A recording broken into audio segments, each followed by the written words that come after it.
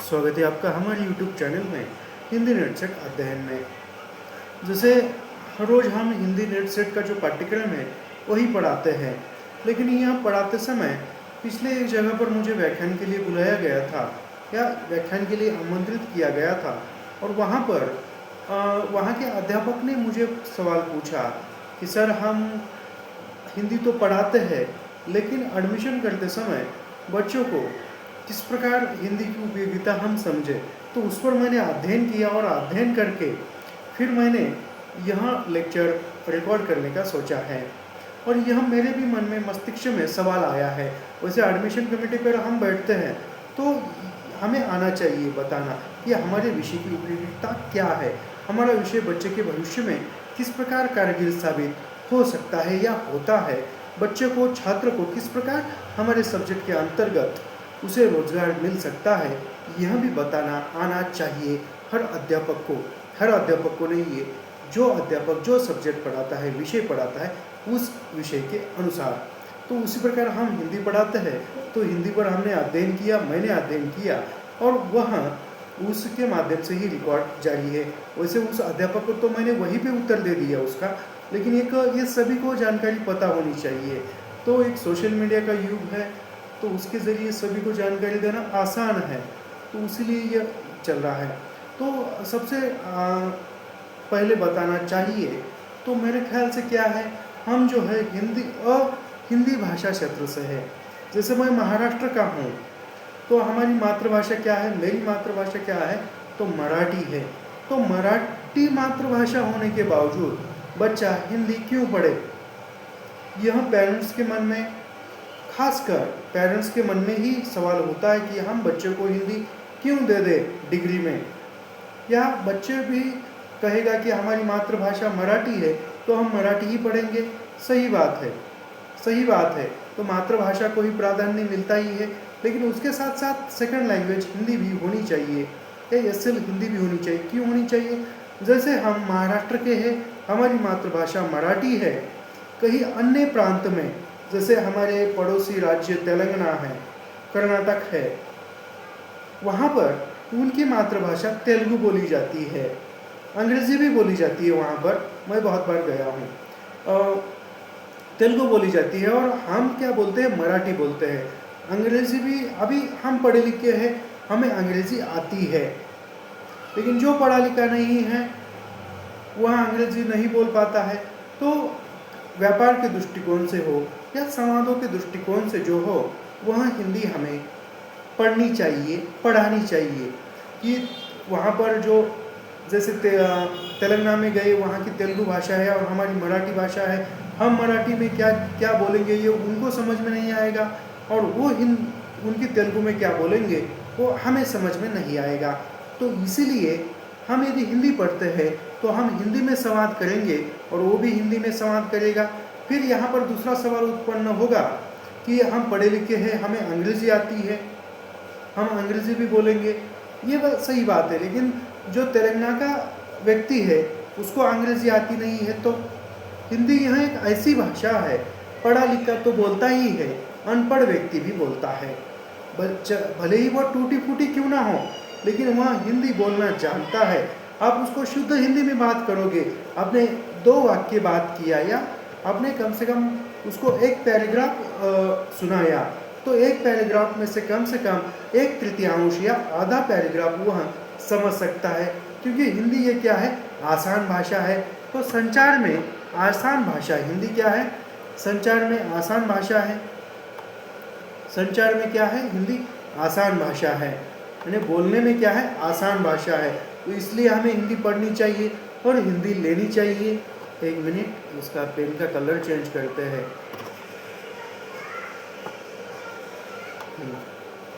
उसके बाद क्या है, क्यों हो, शिक्षा और ज्ञान, यानी इसमें शिक्षा क्या है, देखा जाए तो हिंदी में क्या है, बहुत सारा साहित्य लिखा हुआ है, बहुत सारा साहित्य है। उस पर उपन्यास, कहानी, नाटक, एकांकी, रिपोर्टाज, ऐसे बहुत सारी विधाएँ हैं। बहुत सारी विधाओं में विपुल मात्रा में साहित्य क्या है, पड़ा हुआ है।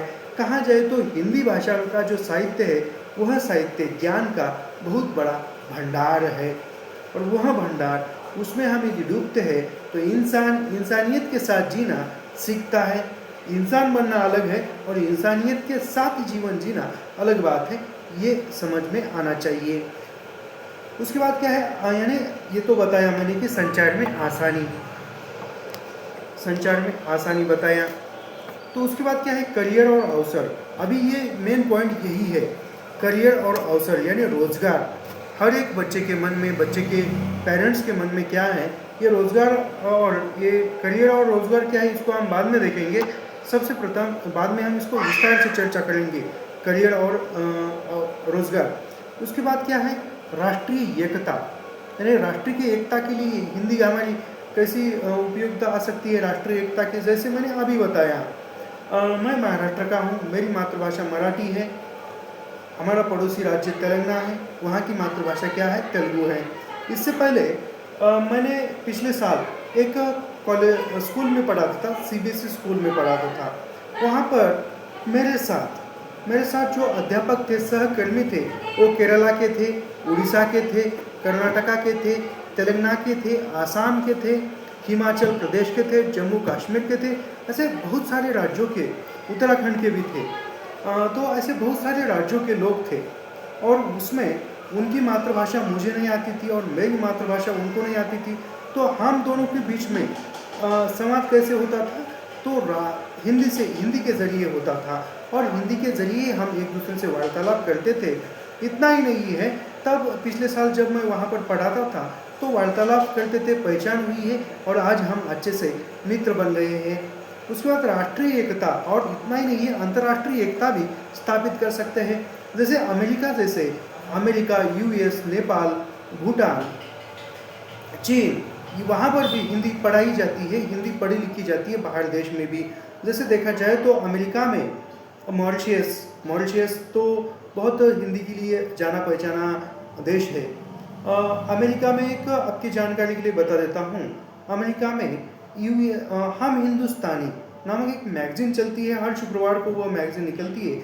वहाँ पर बहुत सारे हिंदी लेख, यानी जो अमेरिका में रहने वाले जो हिंदी भाषी है, हिंदी जानते हैं, हिंदी पढ़ लिख सकते हैं, ऐसे लोग जो अमेरिका में स्थायित है, उन लोगों द्वारा वो मैगजीन चलाई जाती है और उसके ज़रिए हिंदी लेखकों को या हिंदी जो लेखक है, रचनाकार है, उनको बढ़ावा देने के लिए वो मैगजीन चलाई जाती है और वहाँ पर आप अपनी रचनाएं प्रकाशित करके पूरे विश्व में प्रसिद्ध हो सकते हैं।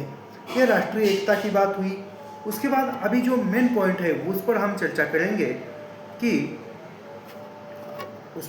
करेंगे हमारा मेन पॉइंट क्या है, रोजगार। कि क्या हुआ, शायद सेटिंग में कुछ ये हुआ, इसलिए पूरी तरह से पेन नहीं चल रहा है, लेकिन कोई बात नहीं, समझ में आ जाएगा आपका। तो ये यानी रोजगार के माध्यम से देखा जाए तो अध्यापक की बात करते हैं तो हमारे महाराष्ट्र में तो अध्यापक पद के लिए पूरा व्यापार ही चल रहा है।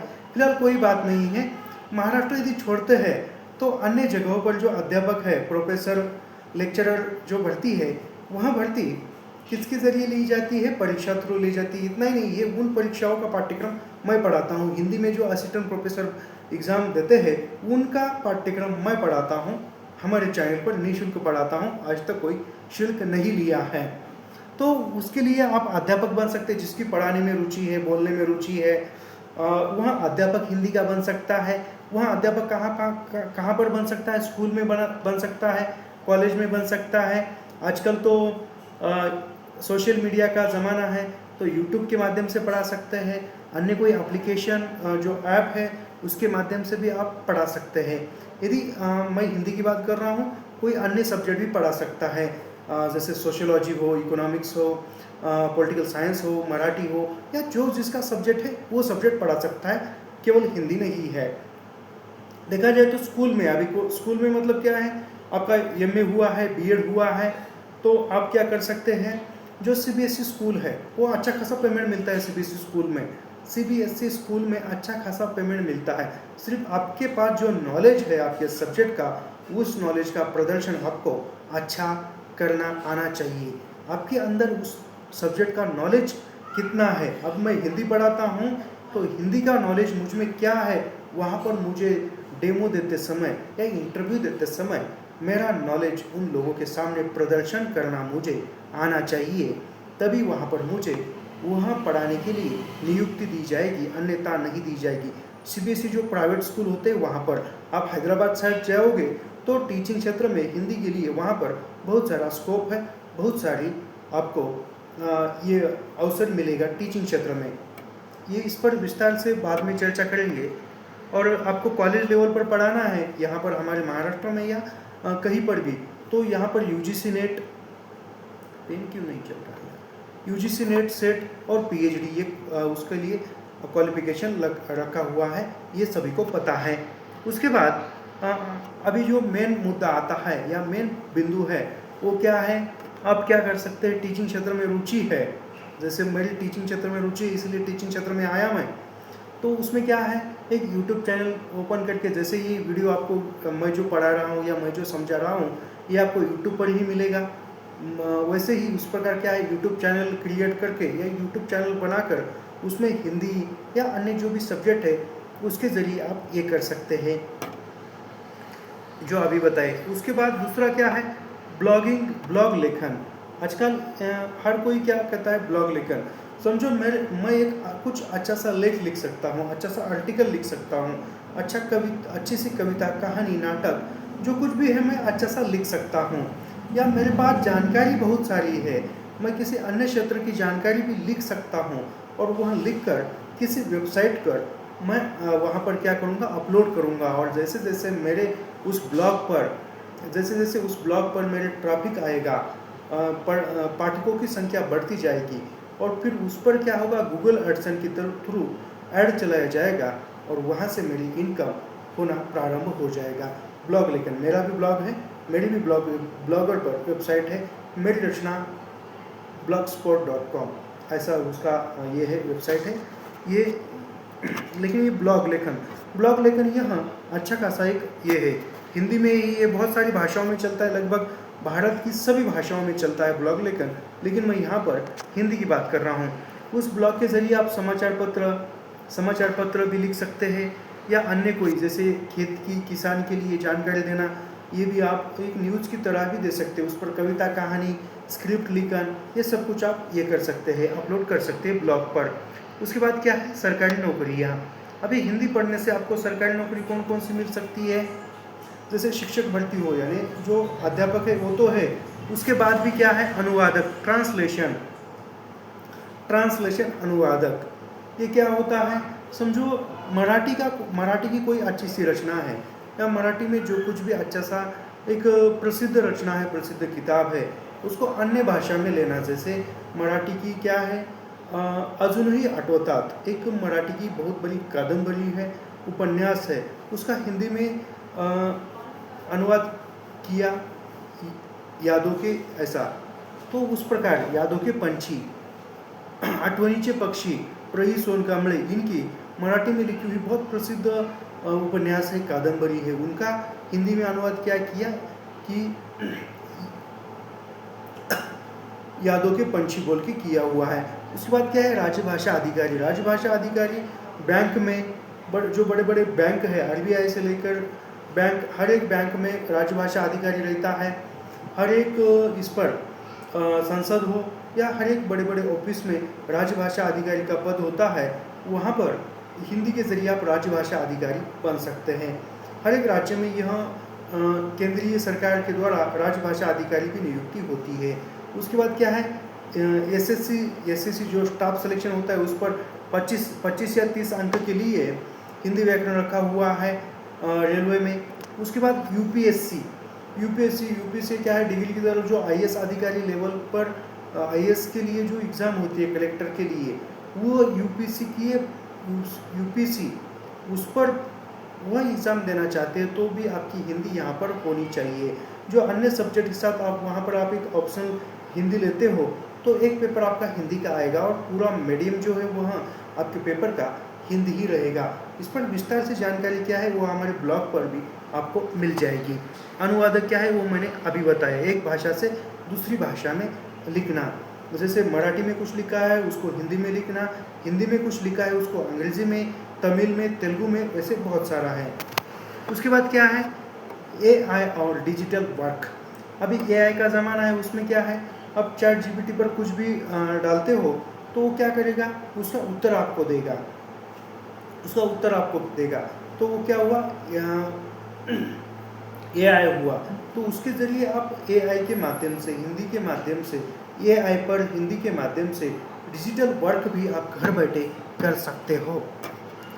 आगे देखते हैं, पत्रकारिता और मीडिया। पत्रकारिता और मीडिया, जर्नलिज्म, इस पर भी आप हिंदी के माध्यम से आप रोजगार प्राप्त कर सकते हो। इसमें क्या है, न्यूज़ एंकरिंग जो निवेदिका होती है, नमस्कार, शाम के 7 बज गए हैं और आज हम देखेंगे आज के मुख्य समाचार, फिर वो बताएंगी मोदी कहाँ गए, किस प्रकार गए, वो न्यूज़ एंकरिंग। फिर रिपोर्टर रिपोर्ट देने के लिए, फिर वो रेडियो पर जॉकी। इतना ही नहीं है, जो कार्टून चलते हैं उस कार्टून को एक एनिमेशन देने के लिए, आवाज़ देने के लिए, आवाज़ कैसे देते हैं, जो टीवी पर कार्टून चलता है वो कार्टून के पीछे एक आवाज़ आती है, जैसे क्या है, नमस्कार साथियों, मैं आपके सामने आज कुछ नया लेकर आया हूँ। इस प्रकार की जो आवाज़ें हैं, वह आवाज़ देने के लिए भी आपको हिंदी के माध्यम से रोज़गार मिल सकता है। ये इतना ही था। वहाँ पर हिंदी के लिए आपको कौन कौन से रोज़गार मिलेंगे हिंदी में, अध्यापक यानी टीचिंग में। उसके बाद है यूट्यूब, ये टीचिंग के ही अंतर्गत आता है। ब्लॉगिंग, ब्लॉग लेखन, उसके बाद सरकारी नौकरियाँ, अनुवादक, पत्रकारिता, ये सब कुछ। और इसके बाद भी ये देखा जाए तो इसके बाद और एक है, सोशल मीडिया का ज़माना है, और सोशल मीडिया के माध्यम से एक अच्छा सा रील्स बनाकर या वीडियो बनाकर आप इंस्टाग्राम, यूट्यूब, फेसबुक, इस पर अपलोड करके भी आप क्या कर सकते हैं, रोज़गार मिल सकता है। ये मैंने एक शॉर्टली जानकारी बताई है, फुल जानकारी भी बाद में दे देंगे। वैसे ये मैं देखा जाए तो हिंदी नेट सेट का ही पाठ्यक्रम पढ़ाता हूँ, लेकिन ये भी बताना आवश्यक था, तो इसकी भी जानकारी दे दी मैंने। तबीयत खराब है तो गले में सर्दी हो रही है, गले में नहीं, सर्दी हो रही तो इसलिए खांसी आ रही है। दूसरी और एक बात बता देता हूँ, ये फिर से रिपीट कर रहा हूँ मैं, जो पहले वाला बताया था, हिंदी भाषा क्षेत्र का छात्र हिंदी क्यों ले, या जब वो एडमिशन लेने के लिए आता है तो अध्यापक को अपने सब्जेक्ट की उपयोगिता उसको बताना आना चाहिए, तभी वो अपना सब्जेक्ट लेगा, अन्यथा नहीं लेगा। तो हिंदी की देखा जाए तो आप हिंदी के ज़रिए देश विदेश में अपना करियर बना सकते हो। किसी अन्य स्थान पर जाओगे तो वहाँ पर आप रह सकते हो। ऐसी बहुत सारी जो है हिंदी की उपयोगिता है, वह आपको बताना आना चाहिए। मुझे आती थी और मैंने यह आप सबके सम्मुख रखी है। शायद यह से जानकारी जो है शेयर करते रहिए, सभी का भला हो जाए, सबका साथ सबका विकास, एक साथ सबको नमस्कार। यदि ऐसे ही निःशुल्क अध्ययन करने के लिए हमारे चैनल को सब्सक्राइब कीजिए, लाइक कीजिए और शेयर करना मत भूलिए। मिलते हैं नेक्स्ट वीडियो में, धन्यवाद।